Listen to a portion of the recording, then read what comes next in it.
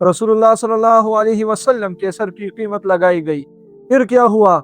ये वाक़या हिजरत का है, जब नबी करीम सल्लल्लाहु अलैहि वसल्लम और अबू बकर रज़ियल्लाहु ताला अन्हु मदीना की तरफ हिजरत कर रहे थे, तो कुफ़ारे कुरैश ये बर्दाश्त न कर सके।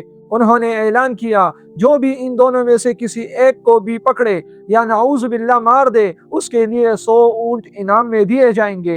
ये खबर फैल गई। सुराका बिन मालिक फरमाते हैं, मैं अपने कबीले की मजलिस में बैठा था कि एक शख्स आया और कहा, मैंने दूर से कुछ लोगों को देखा, साहिल की तरफ जा रहे थे। मुझे लगता है ये मोहम्मद सल्लल्लाहु अलैहि वसल्लम और उनके साथी है।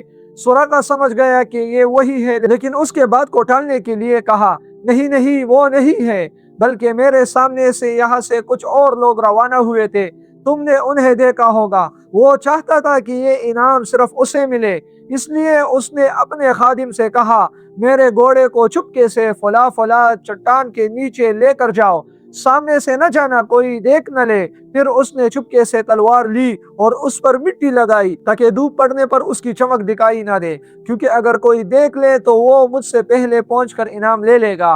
वो चुपके से साहिल की तरफ निकला और तेजी से चला, यहाँ तक कि वो उनके करीब हो गया।